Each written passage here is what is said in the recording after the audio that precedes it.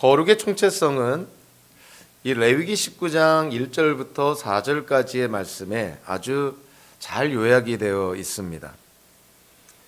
레위기 19장을 시작하는 1절과 2절에 보면 일단 이 레위기 19장의 그 내용이 전해지는 청중, 이 레위기 19장을 들어야 될 대상은 이스라엘 전체 공동체라는 것입니다. 즉 이 율법이 전해지는 대상이 이스라엘 전체다. 즉 이스라엘 모든 공동체에 전해진다. 자, 이것을 강조하고 나서 이제 3절과 4절에서 이스라엘 백성들이 추구해야 될 거룩이 그냥 하나의 측면에 제한된 것이 아니라 모든 측면에 적용이 된다는 것을 깨닫게 됩니다. 3절의 전반부에서 거룩은 부모와의 관계에 적용이 됩니다. 즉 어찌 보면 부모도 자기가 아닌 타인이라고 생각한다면 타인과의 관계 속에서 거룩이 추구돼야 된다. 즉 거룩의 사회적 측면을 강조한다고 볼 수가 있습니다.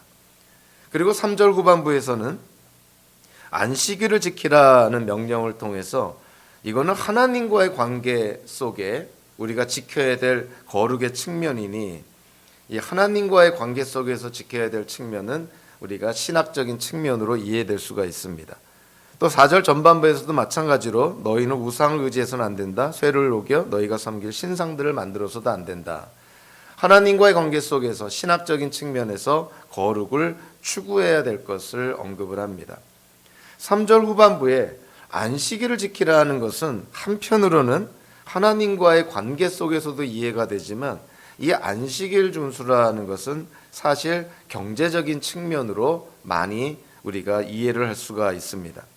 안식일을 지키는 행위는 우리 사람만 쉬는 것이 아니라 동물도 쉬어야 되고 토지도 쉬어야 되고 어찌 보면 휴식이라는 그러한 측면을 강조하기 때문에 이것은 경제 생활에 큰 영향을 준다는 것이죠.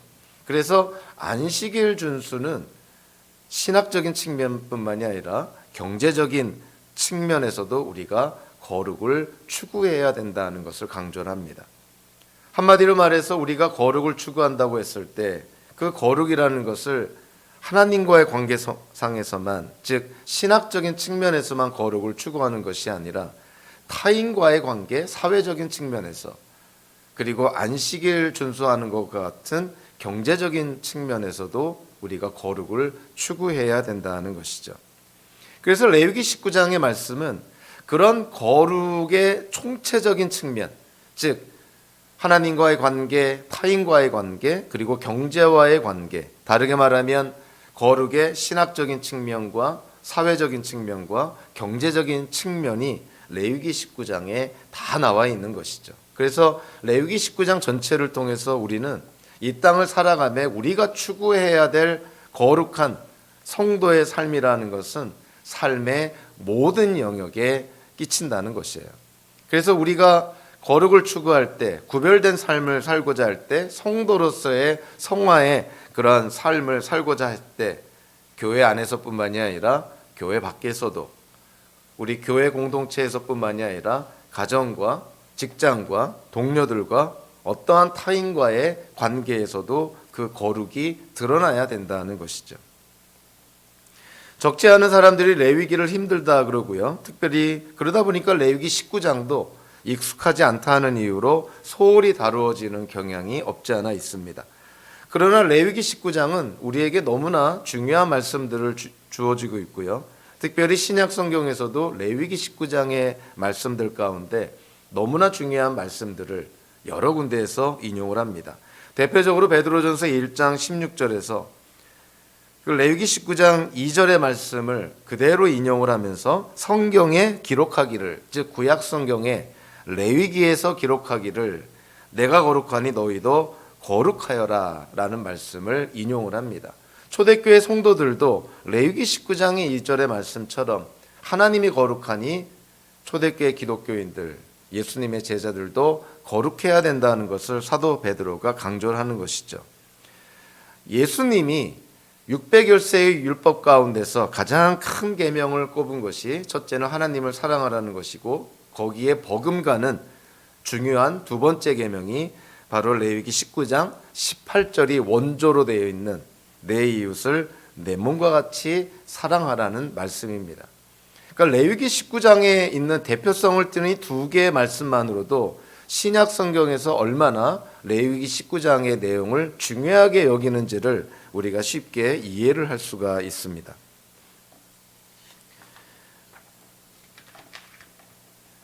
거룩이라는 것을 하나의 몸짓으로 생각한다면 우리는 거룩을 하나님을 찬양하며 손을 드는 모습, 그리고 하나님께 기도하는 모습으로 생각을 하지만 레위기 19장에서는 하나님께 찬양하고 기도하는 몸짓뿐만이 아니라 특별히 이웃들에게 수평적으로 많은 주변 사람들을 향해서 양손을 펼치는 몸짓으로 우리가 이해를 해야 된다는 것이죠. 그래서 거룩은 수직적인 측면뿐만이 아니라 수평적인 측면도 있고 하나님과의 관계에서뿐만이 아니라 이웃과의 관계에서도 거룩은 추구가 되어야 된다는 것이죠. 오늘 본문 19절부터 37절까지만 우리가 바라보면 이 하나의 본문은요, 일종의 수미상관 형식으로 그 주제가 단번에 우리 눈에 보입니다. 19절에서 너희는 내가 세운 규례를 지켜라. 즉 레위기 19장에 나오는 그런 모든 규례들을 지키라는 것이죠.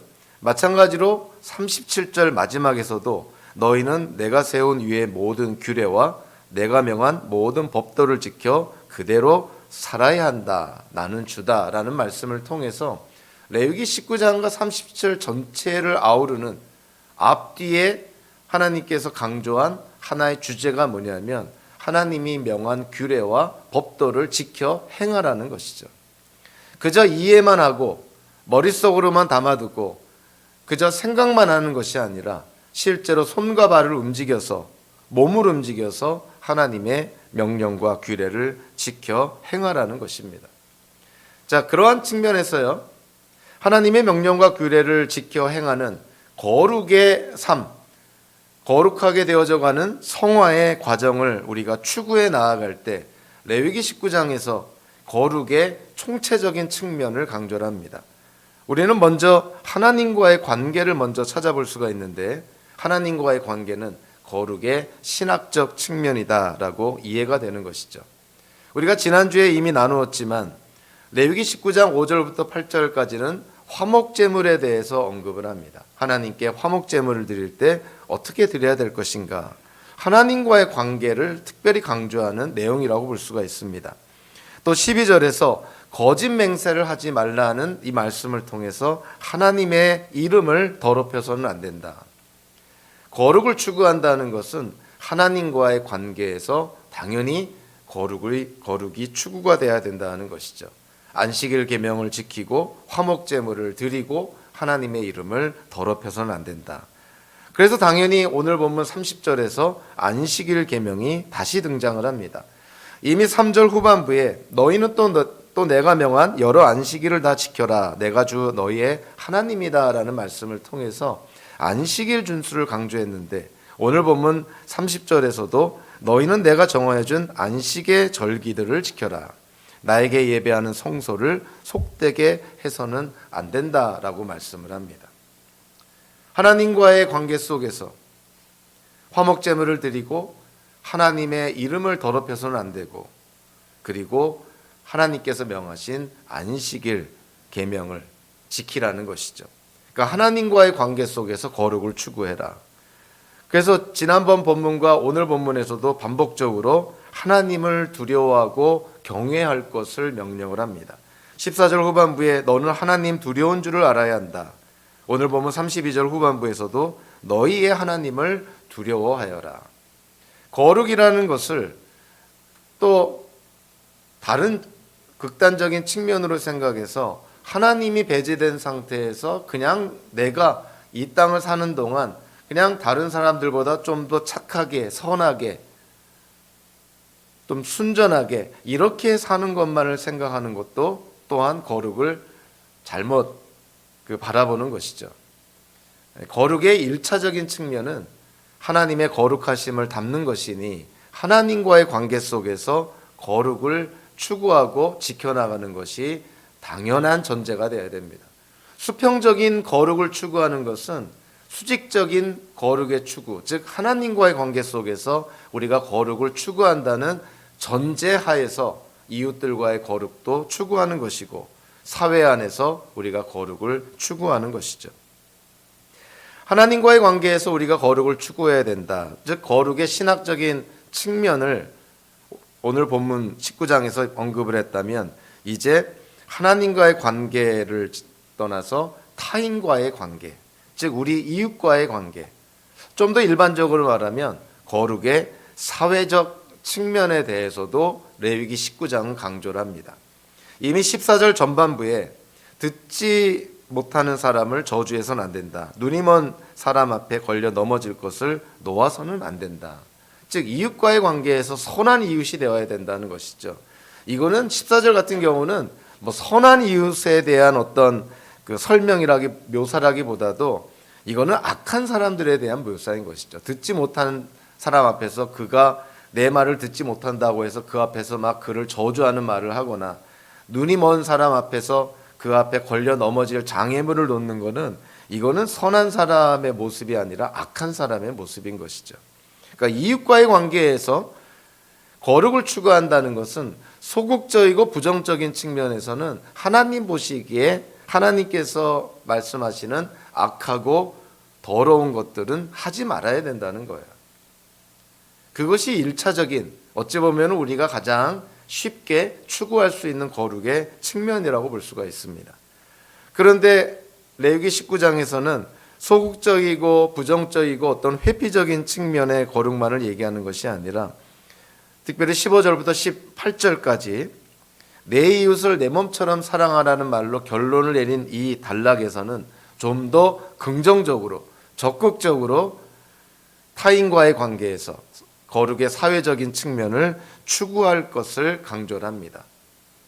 재판도 공정하게 해야 되고, 이웃을 위험에 빠뜨리면서까지 이득을 보려 해서는 안 되고, 어떤 해서는 안 된다라는 측면을 넘어서 레위기 18장에서는 보다 적극적이고 긍정적으로 얘기를 합니다. 이제는 내 이웃을 내 몸처럼 사랑하여라.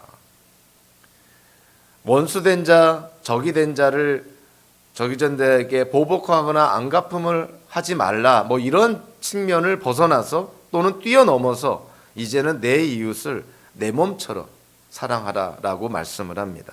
타인과의 관계에서 거룩을 추구한다는 것은 그저 하지 말 것을 하지 않는 것으로 충분한 것이 아니라 하나님께서 하라고 한 것을 해야 된다는 측면이 있는 것이에요. 그래서 피해야 될 것은 피해야 되지만 성도로서 행해야 될 것을 또 행해야 되는 책임이 있는 것입니다. 자, 오늘 본문에서도 타인과의 관계, 거룩의 사회적인 측면에 대해서 두 가지를 언급을 합니다. 1차적으로는요, 달라야 된다는 것을 강조를 합니다. 이스라엘 백성은 달라야 된다. 주변의 이방 민족들 또는 가나안 토속 민족들과는 달라야 된다.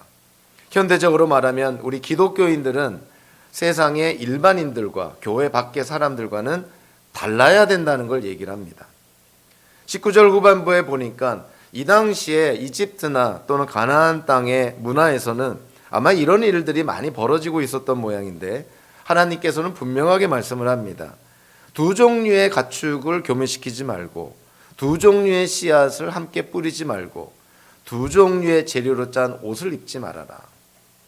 이거 참 어찌 보면은 뭐 이런 말씀까지 하시나 할 정도로 의아할 수 있는데, 여기에는 아주 중요한 사실이 전제가 되어 있죠. 하나님께서 이 세상을 창조하실 때 하나님의 선하신 뜻 속에서 각각의 종류대로 식물도 창조하시고 동물들도 창조를 하십니다. 하나님께서 어떤 경계를 지정해 주셨다는 거예요. 어떤 바운더리를 정해 주셨는데, 하나님이 정해 놓으신 그 지경과 경계와 바운더리를 인간이, 특별히 인간의 어떤 경제적이고 물질적인 욕심 때문에 그 경계를 허물지 말라는 거예요. 사실은 세계 역사 속에서도 동물과 동물을, 서로 다른 동물을 교미시켜서 새로운 동물이 나오게 된 데에는 좋은 의도는 하나도 없습니다. 뭔가 경제적인 어떤 이득을 볼까 해서 그러한 종류와 종류가 다른 동물들을 교미시킨 경우가 대부분이었던 것이죠. 하나님께서 이와 같은 것을 금한 이유는 이스라엘 백성들에게 너희는 하나님이 정해놓으신 경계와 구분, 그 바운더리를 존중하라는 거예요.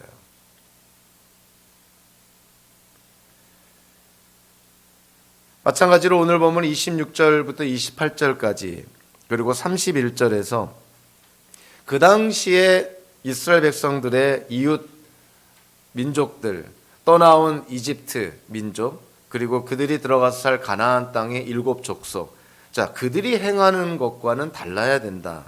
어떤 측면에서 달라야 된다고 말하고 있냐면 다 종교적이고 영적인 측면을 강조를 합니다. 26절부터 고기를 피째로 먹지 말아라. 좀 문자적으로 번역하면 고기를 피 위에서 먹지 말아라, 이런 뜻인데 문맥적으로 보면 분명합니다. 이것은 피 자체가 하나님 앞에 악하다 뭐 이런 측면보다도 문맥적으로 보면 피 위에서 고기를 먹는 행위는 이 당시에 이방인들의 어떤 종교와 신앙과 관계가 있는 것이죠. 그들이 우상에게 어떤 제물을 드릴 때 제물을 드리고 나서 피를 뿌리고 피를 쏟아붓고 그 위에서 고기를 먹는 그러한 행위를 연상을 시키면서 이스라엘 백성들은 그러지 말아야 된다는 거예요. 한마디로 이방 민족이 주변에 있는 그런 민족들이 행하는 것을 따라해서는 안 된다. 마찬가지로 점을 치는 것, 마법을 쓰는 것, 관자놀이의 머리를 둥글게 깎거나 구렛나루를 미는 것, 죽은 사람을 애도하는 것, 그래서 너희 몸에 상처를 내거나 문신을 하는 것, 31절에는 혼백을 불러내는 여자나 점장이를 찾아가서 뭐 미래를 알고자 하는 그런 모든 것들, 이러한 행위들은 하면은 안 된다. 다 주변의 민족들이, 즉 세상 민족들이 행하는 것들이라는 거예요. 하나님께서는 이스라엘 백성이 이러한 사회적인 측면에서 주변의 사람들과 구별돼야 된다, 달라야 된다는 걸 얘기를 합니다. 뜻밖에도 기독교인들이 어떠한 입학 시즌이 되거나 중요한 시즌이 되면 점쟁이를 찾아가서 점을 치고 또 결혼을 앞둔 자녀들을 위해서 사주팔자를 보고 이런 일들이 비일비재하게 일어나는 것을 우리는 많이 듣습니다. 왜 그럴까? 미래가 하나님의 손안에 있고 우리의 인생이 하나님의 손안에 있고 하나님께서 우리의 주인 되심을 우리가 인정한다면 미래에 대해서 하나님께 기도하며 하나님께 맡기고 담대하게 살아가야 되는데 그렇지 못하는 경우가 너무 많은 것이죠. 인간의 연약함과 유한함을 우리가 모르는 것은 아니지만 그럼에도 불구하고 성도라고 한다면 다른 사람들이 하는 이러한 행태는 하지 말아야 되는 것이죠. 이스라엘 백성도 마찬가지였습니다. 우리가 잘 아는 시내산 앞에서 그 송아지를 우상으로 섬겼던 이스라엘 백성들을 생각한다면 그들의 눈앞에서 하나님께서 보이신 그런 초자연적이고 초월적인 그런 기적을 수도 없이 목격을 했음에도 그들이 숫송아지로 우상 숭배하는 하나님께 큰 죄를 범하는 것을 보면 인간은 어쩔 수 없는, 별 수 없는 그런 유한하고 부족한 사람들이라는 것이죠. 그래서 우리라고 해서 마음을 놓을 것이 아닙니다. 그래서 우리가 평상시에 하나님의 말씀을 통해서 주님의 뜻을 분명하게 이해를 하고 또 그대로 살고자 노력하면서 만약에 우리가 이러한 유혹을 받을 만한 어떤 상황과 여건, 힘든 시기에 놓여 있을 때 우리가 이런 평상시에 하나님의 말씀을 우리가 이해하고 깨닫는 것으로 이 어려운 시기를 극복해 나가야 되는 것이죠. 어렵고 힘들다고 해서 주변 사람들이 하는 행태를 그대로 따라하면 안 된다는 것이에요. 그래서 거룩의 사회적인 측면은 1차적으로는 기독교인들은 또 이 당시에 이스라엘 백성들은 달라야 된다는 거야. 뭐 세상의 소금과 빛의 역할, 뭐 1차적으로 보여주는 그런 소금과 빛의 역할은 다르다는 것이죠. 어두운 세상에서 빛의 역할, 썩어져 가고 부패되어져 가고 타락되어져 가는 이 세상에서 소금의 역할은 다르다는 것이에요. 그러니까 저와 여러분들이 달라야 된다는 거예요. 그것이 성도의 정체성입니다. 세상과 다를 게 없다면, 더 나아가서 우리가 섬기는 구성하는 교회가 세상의 모임과 다를 바가 없다면 이 세상에 교회가 있을 이유가 없는 것이고요. 그리고 이 세상에 교회가 더 이상 필요 없을 정도로 교회가 세속화되고 세상과 다르지 않는다면 예수님이 오셔야 되는 것이죠. 타인과의 관계에서 거룩은 다름을 나타내야 될 뿐만이 아니라 특별히 오늘 보면 20절과 22절 그리고 32절과 34절을 통해서 타인과의 관계에서 우리가 거룩을 추구할 때 타인을, 주변 사람들을 돌보는 측면이 특별히 강조가 됩니다. 20절과 22절에서는 현대 사회에서는 접할 수 없는 그 당시의 사회적인 환경이었지만 본문의 그 강조점은 분명한 것이죠. 노예 문제를 다루면서 타인의 재산권을 침해해서는 안 된다는 관점에서 20절과 22절의 내용을 언급하고 있습니다. 신약에서는 더 강력하게 요구를 하죠. 성도의 몸이 하나님의 성전이라는 측면에서 성도는 도덕적이고 윤리적인 삶을 살아야 될 것을 사도 바울이 고린도전서를 통해서 특별히 강조를 합니다.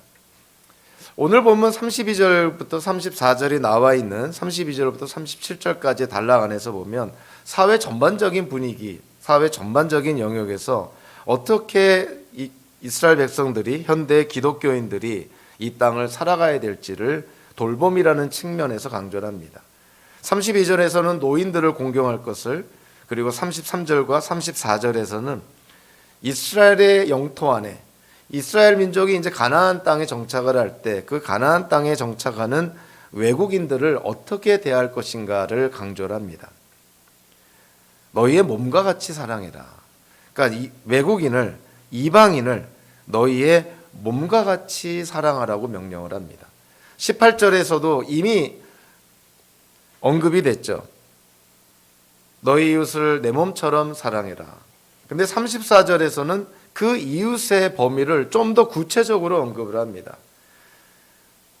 그 누가복음서 10장에서도 그 율법학자가 바리새인이 예수님께 내 이웃이 누굽니까? 라는 질문을 통해서 예수님이 선한 사마리안 비유를 하잖아요. 그러니까 자기와 하나님을 제외한 모든 사람이 이웃이 되어야 되는데 유대인들은 자기들과 같은 피를 나눈, 그리고 자기들과 같은 전통을 가진 같은 유대인들만 이웃이라고 생각했던 것이죠. 그래서 오늘 본문 19장에서도요 18절에서는 내 이웃을 내 몸처럼 사랑하여라 그랬는데 34절에서는 내 이웃을 내 몸처럼 사랑하라는 그 문맥에서 누구를 구체적으로 언급하냐면 너희 영토 안에 사는 외국인들이라고 분명하게 언급을 합니다.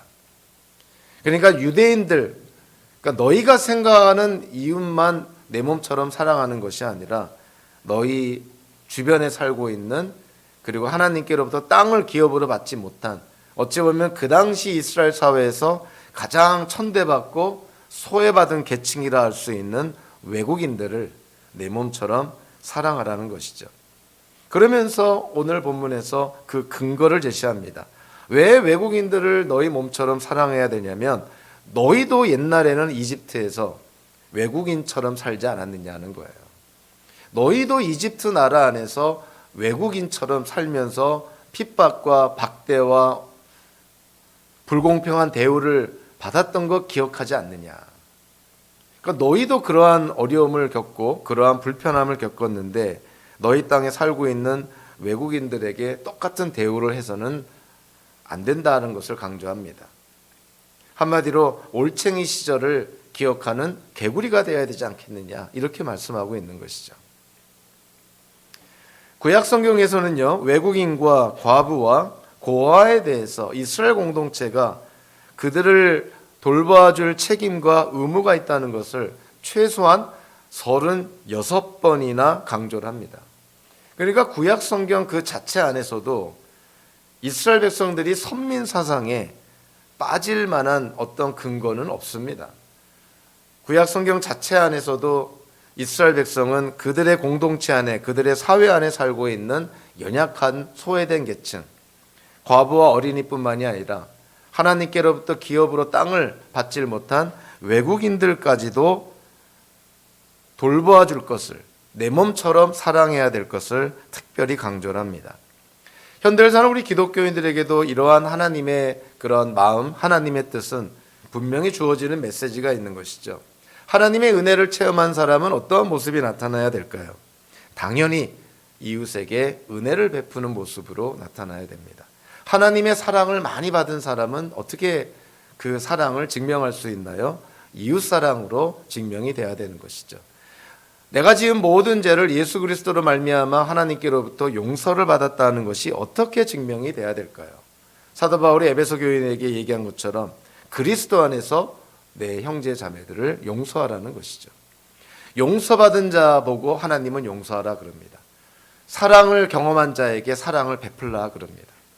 하나님께로부터 공급함을 받은 자, 주변의 어려운 자들을 도우라 그럽니다. 성경의 원리는 구약이나 신약이나 똑같습니다. 하나님이 먼저 베푸시고 그 하나님의 베푸심을 경험한 자들이 하나님의 베푸심을 이웃들에게 베풀라는 거예요. 그것이 은혜든 사랑이든 자비든 용서든 먼저 경험을 했으면 그 경험한 것을 이웃들에게 나누라는 것이죠.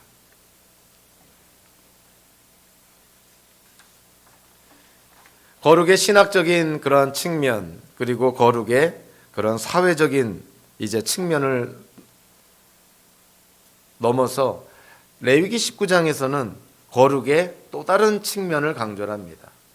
이것은 하나님이 지으신 피조물과의 그런 관계라고도 이해가 되는데요. 땅과 사회와 어떤 그 모든 것들을 다 아우른다고 볼 수가 있습니다. 결국 거룩의 신학적이고 사회적인 측면뿐만이 아니라 거룩에는 경제적 측면도 있다는 거예요. 재물과의 관계, 경제와의 관계 속에서도 우리가 거룩을 추구해야 된다는 것이죠. 이미 레위기 19장 9절 10절에서 곡식을 거두어드릴 때 그리고 포도를 수확할 때 어떻게 하라고 분명하게 얘기를 합니다.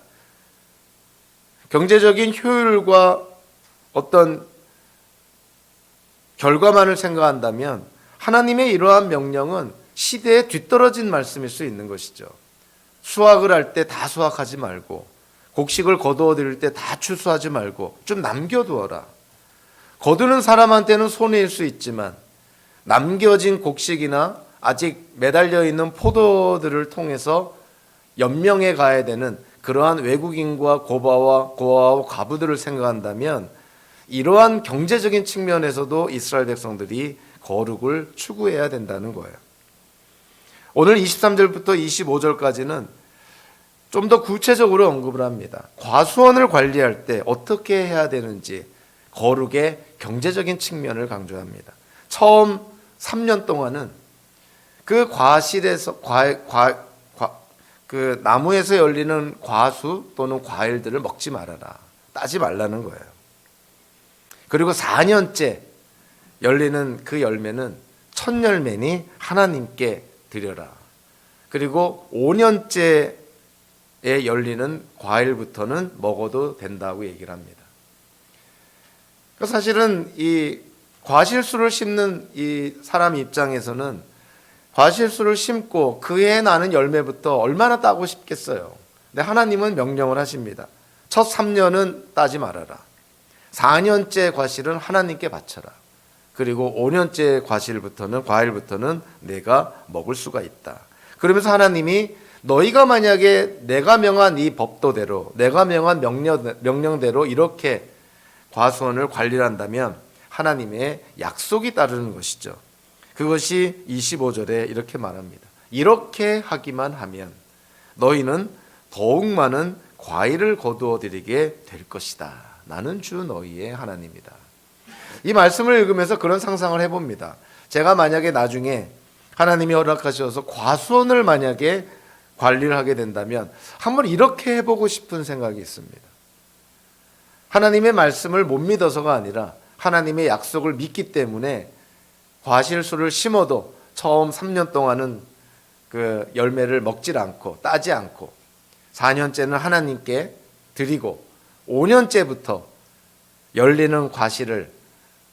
한번 수입으로 이렇게 누리는 그런 상상을 한번 해보게 됩니다. 분명 하나님께서 약속하신 것이니 분명 하나님께서 이루어 주실 거라고 저는 믿습니다.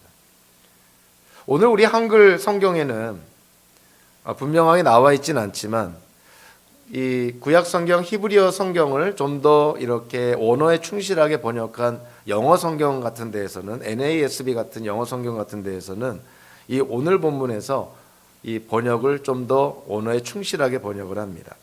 자, 23절에 보면 너희가 그 땅으로 들어가 온갖 과일 나무를 심었을 때 너희는 그 나무의 과일을 따서는 안 된다라고 번역을 했고요.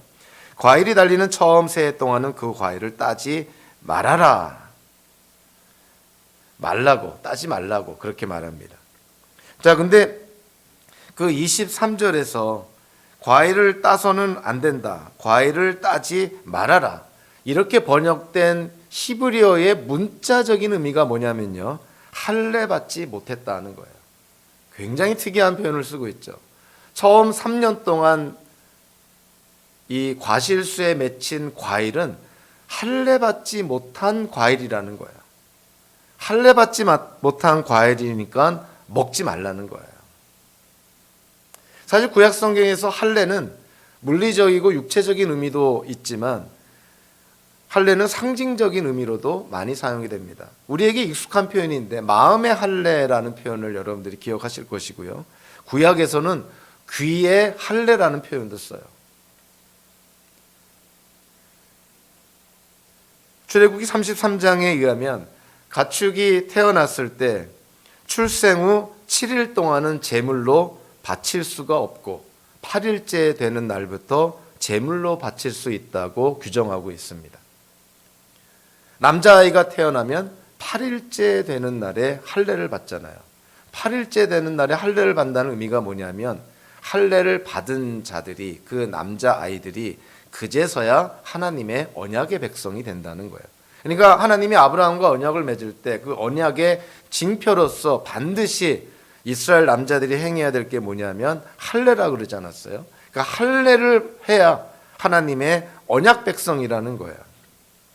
자, 그런데 오늘 본문에서 처음 3년 동안 맺힌 과일이 할례받지 못했다는 것은, 이거를 좀 우리가 신앙적으로 표현하면 처음 3년 동안 맺힌 과일은 언약의 과일이 아니라는 거예요. 그러니까 하나님께서 받을 수가 없다. 그러니 너희가 먹어서도 안 된다. 좀 더 그 성경적으로 좀 이해가 더 잘 되시죠? 할례 받지 못한 과일이다. 할례 처음 그 태어난 가축들도 7일 동안에는 제물로도 바쳐지지 않고 처음 태어난 남자 아이들도 할례 받기 전까지는 언약의 백성이 되지 못하는 것처럼 처음 3년 동안 맺혀진 과일도 하나님께는 할례 받지 못한 과일, 즉 언약의 과일이 되지 못한다는 거예요. 그러니까 하나님께 드려서도 안 되고 성도들이, 이스라엘 백성들이 먹어서도 안 된다는 것이죠. 과수원을 관리를 할 때에도 하나님은 이스라엘 백성들에게 너희가 좀 구별되어야 된다, 세상과 달라야 된다라고 얘기를 합니다.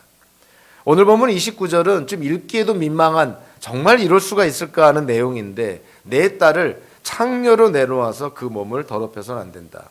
딸을 창녀로 내놓는다는 것은 어떤 동기든 간에 이것이 경제적인 이유가 분명히 있을 거라고 생각을 합니다.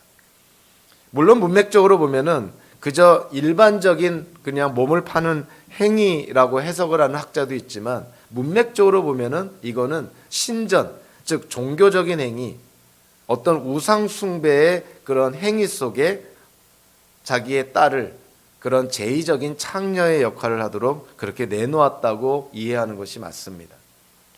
어떻게 이해를 하든 간에 일반적인 의미든 아니면 종교적이고 제의적인 측면의 의미든 간에 경제적인 이유가 분명히 있는 것이죠.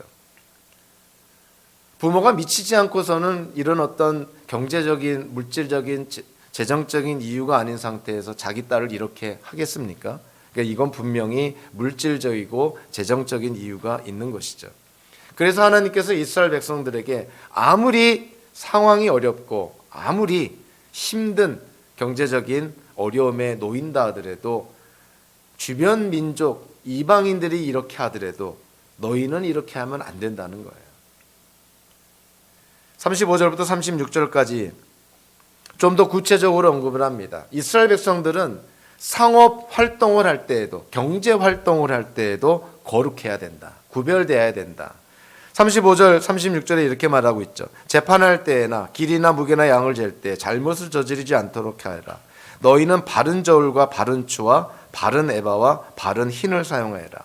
내가 바로 너희를 이집트 땅에서 이끌어낸 주 너희의 하나님이다. 자, 바르다라고 번역된 히브리어가 문자적으로는 의롭다라는 거예요.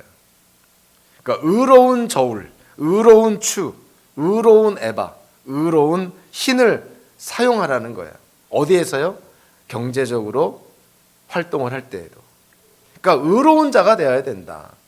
이스라엘 백성 너희들은 하나님께 구별받은 하나님의 맏아들과 같은 이 세상의 제사장의 역할을 해야 될 그런 공동체니 상업 활동을 할 때에도 경제 활동을 할 때에도 너희는 거룩해야 된다.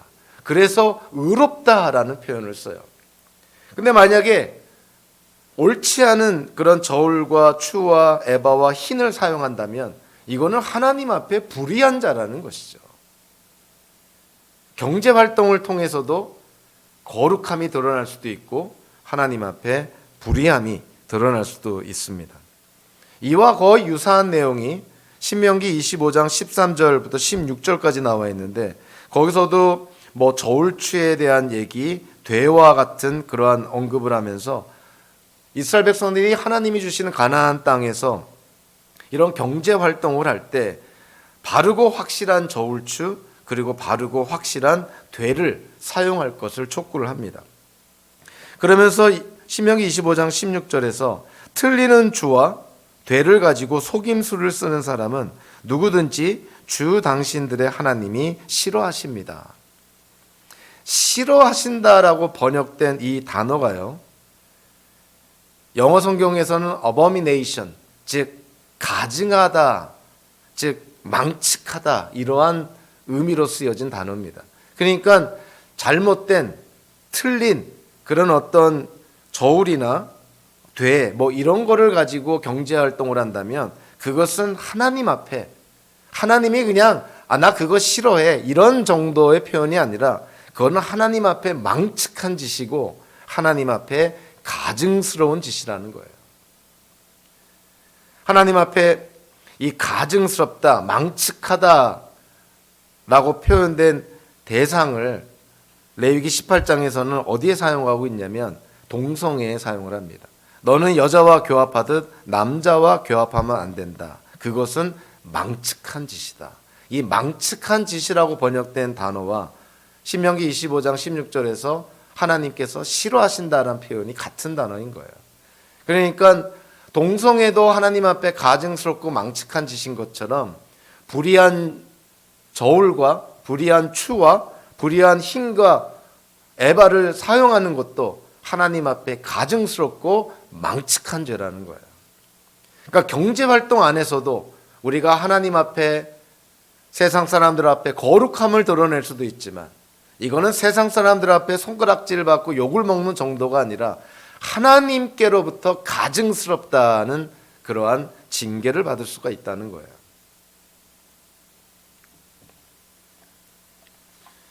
거룩한 삶이라는 것은 현대를 사는 우리 기독교인들에게도 더 이상 선택사항이 아닙니다.